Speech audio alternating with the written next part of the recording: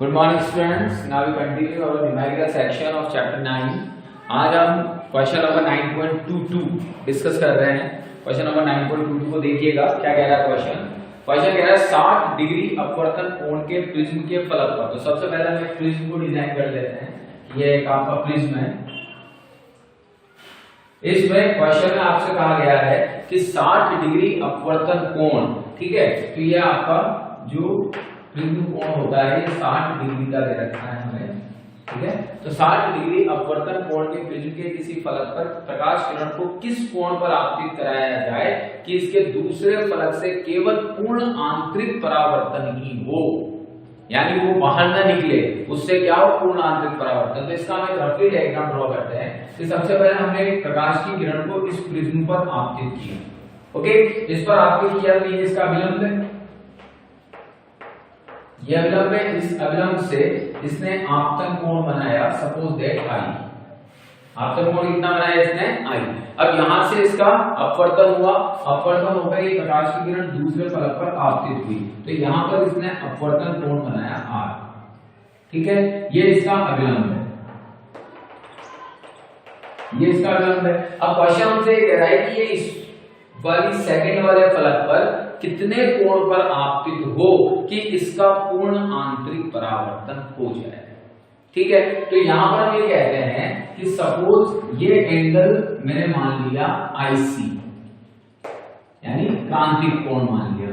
तो क्रांतिक कोण पर जो प्रकाश की किरण होती है वो सतह के समानांतर हो जाती है, यानी अपवर्तन कोण 90 डिग्री हो जाता है। तो प्रकाश की किरण आपकी इस तरह से गुजरती है, इस वाले डायरेक्शन में ये आ जाए, गॉट इट, ओके। तो यहां पर हम इसको नाम दे देते हैं आर।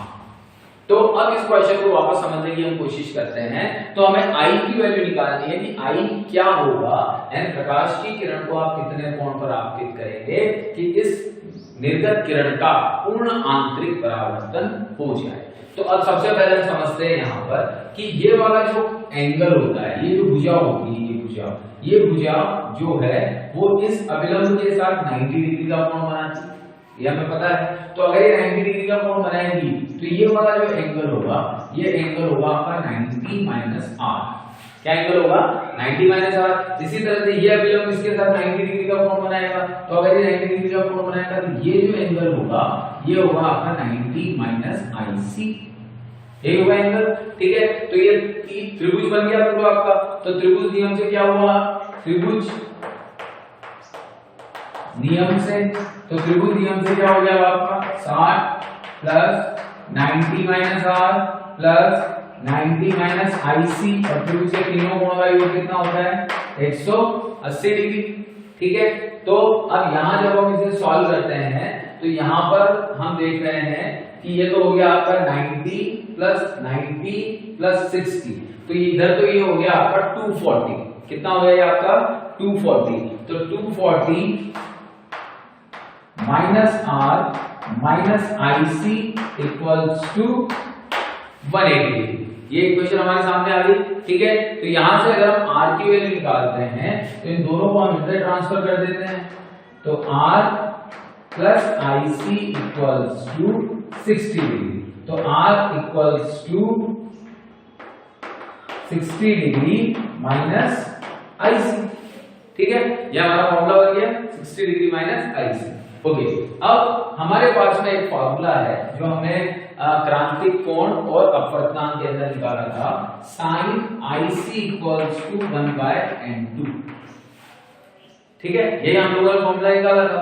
तो यहां पर जब हम बात करते हैं n21 की, तो ये हो जाएगा आपका n1/n2, क्योंकि उल्टा होगा ना n2/n1।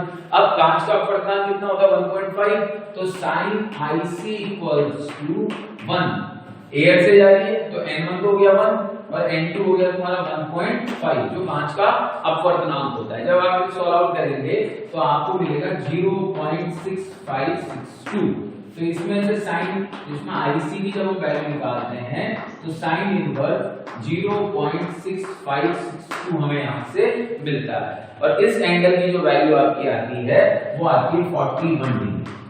कितनी आती है 41। दैट मींस आपका जो क्रिटिकल एंगल आया है, जो आपका क्रांतिक कोण आया है, वो क्रांतिक कोण कितना आया है 41 डिग्री। तो इस 41 डिग्री का मान जब आप यहाँ पुट करेंगे तो r की वैल्यू आएगी 60 - 41 इक्वल्स टू 90 डिग्री। r की वैल्यू कितनी आ गई आपकी 90 डिग्री। तो यहाँ पर जब हम बात करते हैं कि अगर क्रांतिक कोण आपका कितना हुआ 41 डिग्री, तो उस कंडीशन में ये प्रकाश की किरण सतह के समानांतर हो जाएगी। तो अब r का मान आ गया तुम्हारे पास 90 डिग्री, हमें i का मान निकालना है। तो स्नेल का नियम लगा देते हैं। तो स्नेल नियम से n equals to sin i bye sin r, ये होता है स्नेल का नियम, ठीक है। तो अब sin i bye sin r, तो n इक्वल्स टू या n21 इक्वल्स टू हो जाएगा n2 by n1 equals to sin i upon sin r। r की वैल्यू कितनी आई है 90 डिग्री। तो n2 हो गया तुम्हारा 1.5, n1 1 हो गया इनटू इस sin 90 को भी भेज दिया हमने इक्वल्स टू sin i। अब sin 19 की वैल्यू कितनी होती है, तो sin 19 की वैल्यू है आपके पास में 0.3256, तो 1.5 इंटू 0.3256, ये सारी वैल्यूज आपको गिवन होगी वहां पर इन एंगल्स की।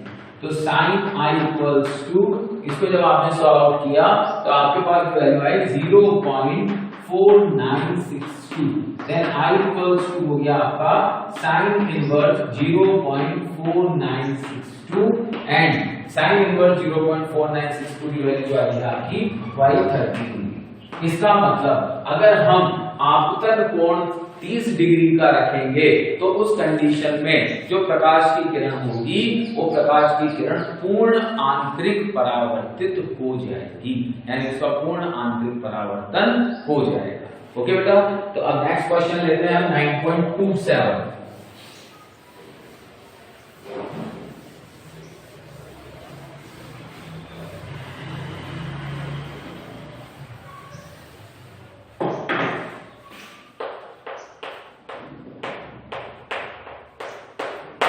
क्वेश्चन नंबर 9.27, इसे समझेंगे हम। 9.27 क्या कह रहा है, ये कह रहा है 1.25 सेंटीमीटर फोकस दूरी। कितनी फोकस दूरी दे रखी है हमें 1.25 सेंटीमीटर फोकस दूरी का अभिदृश्यक तथा 5 सेंटीमीटर फोकस दूरी की नेत्रिका। तो अभिदृश्यक लेंस की फोकस दूरी जो दे रखी है आपको 1.25 सेंटीमीटर, और जो नेत्रिका है उस नेत्रिका की जो फोकस दूरी है वो दे रखी है आपको 5 सेंटीमीटर। ओके, और जो कोणीय आवर्धन है क्या है आपके पास में, अब कोणीय आवर्धन n इक्वल्स टू आपको कितना दिया हुआ है 30, वांछित कोणीय आवर्धन 30 आपको गिवन है, ठीक है। तो आप संयुक्त सूक्ष्मदर्शी का समायोजन कैसे करेंगे, ठीक। तो हम यहां पर ये कहते हैं संयुक्त सूक्ष्मदर्शी में जो प्रतिबिंब बनता है, अंतिम प्रतिबिंब, वो स्पष्ट दृष्टि की न्यूनतम दूरी पर बनता है, ठीक है। तो यहां पर हम ये कहते हैं कि संयुक्त सूक्ष्मदर्शी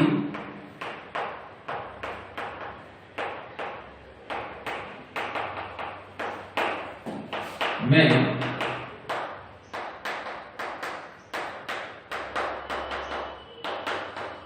अंतिम प्रतिबिंब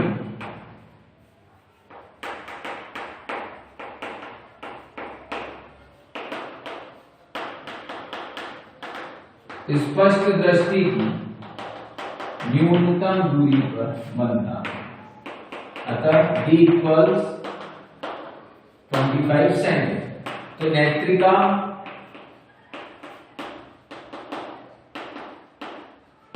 का आवर्धन अगर हम निकालते हैं यहाँ पर, तो नेत्रिका का आवर्धन का जो फॉर्मूला होता है वो होता है 1 + d बाय ft। ओके, तो यहां पर जब हम इसे सॉल्व आउट करेंगे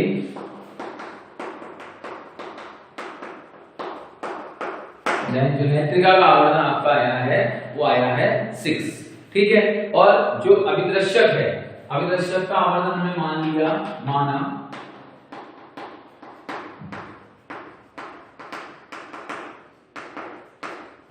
अभिदृश्यक का आवर्धन है m।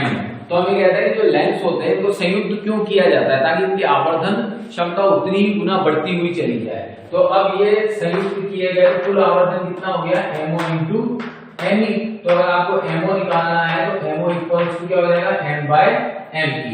अब जो m आपको गिवन है, m कितना है 30 और m यहाँ पे निकाल लिया 6, तो अभिदर्शक का जो आवर्धन आया, अभिदर्शक का आवर्धन कितना आ गया 5। ठीक है, अब यहाँ पर हम ये कहते हैं, हमसे ये पूछा गया है इसमें क्वेश्चन में कि नेत्रिका का उपयोग करके वांछित कोणीय आवर्धन 30x होता है, आप संयुक्त सूक्ष्मदर्शी का समायोजन कैसे करेंगे। यानी संयुक्त सूक्ष्मदर्शी का समायोजन का मतलब है कि नेत्रिका और अभिदर्शक के बीच की दूरी आप कितनी रखेंगे। ठीक है, तो सबसे पहले तो हम यहाँ पर क्या करते हैं, बिंब की बात करते हैं और बिंब से बनने वाले प्रतिबिंब की बात करते हैं अभिदर्शक के लिए। ठीक, तो क्योंकि हमें करना क्या है, देखिए इस क्वेश्चन में समझिएगा, इस क्वेश्चन में हमने आवर्धन निकाल लिए दोनों के, लेकिन हमें अब ये देखना है कि हम इनका समायोजन कैसे करेंगे। दैट मींस संयुक्त सूक्ष्मदर्शी को किस तरह से सेट करेंगे कि अभिदर्शक और नेत्रिका एक दूसरे से इतनी दूरी पर आ जाए कि उनसे बनने वाले प्रतिबिंबों के आवर्धन हमें ये 5 और 6 गेन हो, प्राप्त हो। तो इसको हम देखते हैं। तो इसके लिए सबसे पहले हम अभिदर्शक की बात करते हैं। तो अभिदर्शक के लिए जो हम लिखते हैं सबसे पहले, तो MO इक्वल्स टू, जो हमारा फॉर्मूला होता है वो होता है माइनस VO बाय UO। अब यहाँ पर VO कितना है आपका, VO जो है, सॉरी MO है आपका 5, VO है as it is, then minus UO, तो VO इक्वल्स टू हो गया -5 UO। ओके, अब यहां पर जब लेंस सूत्रम लगाते हैं, किसके लिए,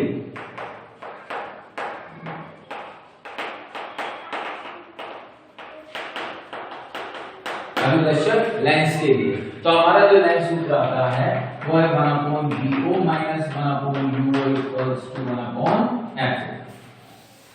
ठीक है, तो यहां से 1/VO की वैल्यू क्या है,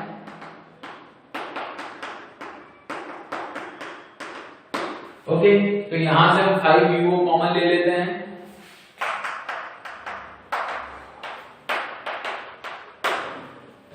तो ये हो गया आपका -1 -5, that is -6/5UO, then this is 1/F। Okay, तो अब यहां पर जो फोकल लेंथ दी हुई है अभिदर्शक की वो कितनी है, 8.25। तो यहाँ ये है 1/1.25, पॉइंट हटाया, ऊपर 100 आ गया, देन -6/5UO। इसको सॉल्व करेंगे 25 से 5 बार, ये 4 बार, तो ये 4/5 इक्वल्स टू -6/5UO। UO को भेजो इधर, 5 से 5 कैंसिल हो गया, तो UO इक्वल्स टू हो गया -6/4, that is -3/2, that is -1.5 centimetre. तो ये अभिदर्शक से उस ऑब्जेक्ट की दूरी आ गई जो रखा हुआ है, यानी बिंब को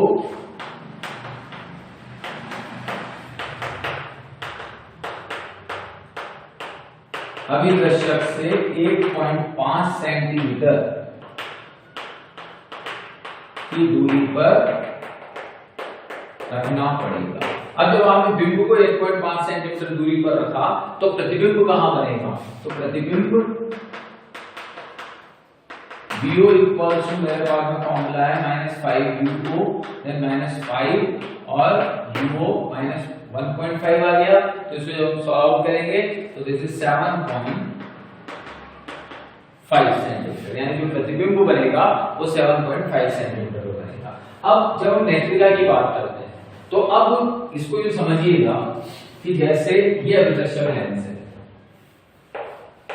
ये आपने बिंब रखा यहाँ पे, ये कितनी दूरी पर था, 1.5 सेंटीमीटर, इससे प्रतिबिंब बना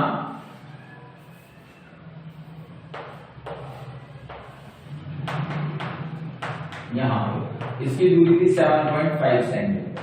ठीक है, अब यहाँ पर आपकी नेत्रिका है, यहाँ कौन है आपकी नेत्रिका, तो नेत्रिका के लिए जो ये दूरी है ये किसका काम करेगी, बिंब का, ये वाली दूरी किसका काम करेगी, बिंब का। यानी यहाँ नेत्रिका के लिए अगर हम बात करें तो नेत्रिका के लिए जो आपका बिंब है, जो आपका इसका प्रतिबिंब है, वो उसके लिए किसका काम कर रहा है, बिंब का, और उस बिंब से जो प्रतिबिंब बनेगा वो हमेशा कौन सी दूरी पर बनता है, स्पष्ट दर्शनी की न्यूनतम दूरी पर।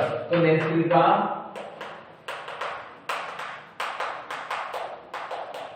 का प्रतिबिंब हमेशा कहां बनेगा, स्पष्ट दृष्टि की न्यूनतम दूरी पर, और फोकल लेंथ भी रहती है नेत्रिका की कितनी, 5 सेंटीमीटर। तो इससे हम क्या निकाल लेते हैं, UV निकाल लेते हैं। तो इससे हम यूई निकालते हैं 1/f equals to 1/be minus 1/ue, then 1/ue हमने निकाल लिया, then 1/be minus 1/fe। इसको जब हम सॉल्व करेंगे तो 1/be हो गया -25 और ये हो गया आपका -5। तो ये एलसीएम आ गया 25, that is -1 -5 and -6/25, then u equals to -25/6, that is -4.16 centimetre. तो यूवी की वैल्यू कितनी आ गई आपकी -4.16 या 4.17 सेंटीमीटर। तो अब यूई आप समझिएगा, इधर का बी को और इधर का यूई ये मिलकर क्या बनता है एल। तो मुझसे समायोजन में पूछा था कि कितना समायोजन होगा, लेंसों के बीच की दूरी कितनी होगी। तो दूरी को हमेशा मॉडल लिया जाता है, ध्यान रखिएगा। तो इसे मॉड में ले लेंगे, तो ये तो 7.5 प्लस 4.16 आगे 7 या जो भी लेना चाहें आप। तो इसको जब आप सॉल्व करेंगे तो ये आ जाएगा 11.66 सेंटीमीटर। तो इतने सेंटीमीटर पर आप नलिका का क्या कर देंगे, समायोजन कर देंगे। दैट मींस अभिदर्शक और अभिनेत्र लेंस के जो बीच की दूरी है वो आपकी 11.66 सेंटीमीटर आपको प्राप्त होगी। ओके बेटा, थैंक यू।